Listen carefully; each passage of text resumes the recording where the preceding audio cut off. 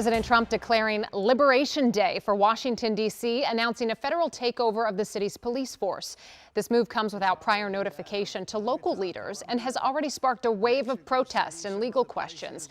With 800 National Guard troops deployed and MPD placed under the control of Attorney General Pam Bondi, the president is invoking a rarely used provision of the D.C. Home Rule Act.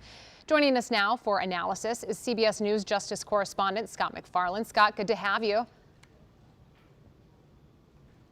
Hey, good afternoon. It's a historic day either way here in the district. Yeah, absolutely. Can you break down what the federal takeover means for D.C. residents, especially on a practical level? You're familiar with the DMV. What are they likely to see in their communities?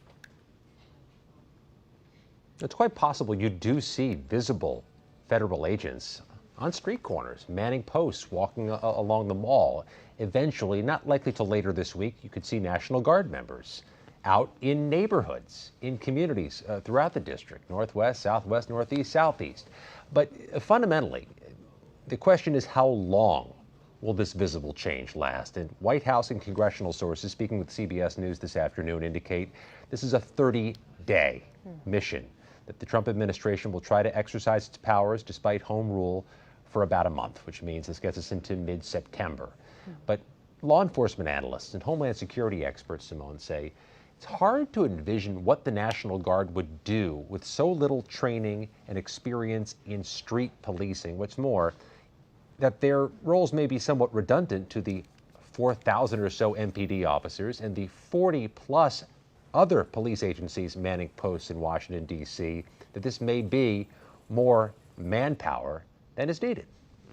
I thought this was really striking today. We heard from the mayor, and given that the mayor and the police chief say they were not informed in advance, give us an idea, what does this say about the relationship between the federal government and local leaders in D.C.?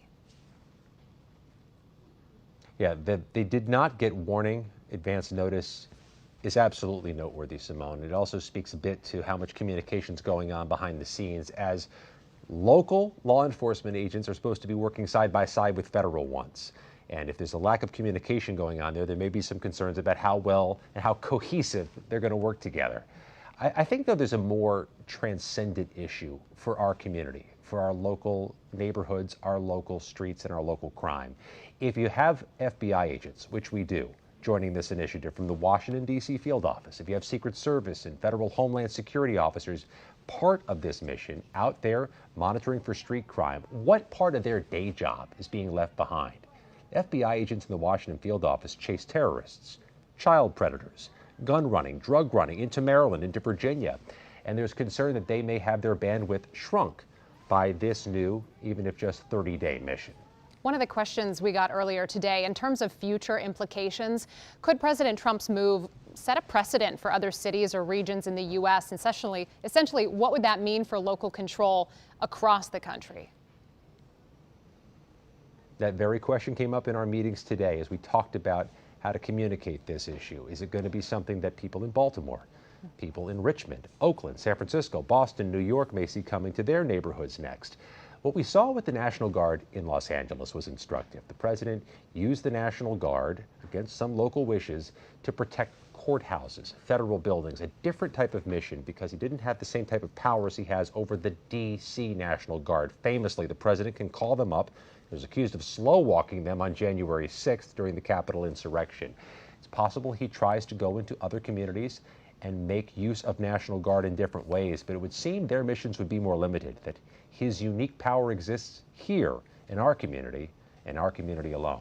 Yeah, the mayor was very clear, saying she doesn't believe the military should be used against American citizens on American soil. As we wrap up, what do you think is evolving next in this story for us? No indication of lawsuits coming from D.C. leaders. Didn't hear them unequivocally or declaratively say they're going to sue over this.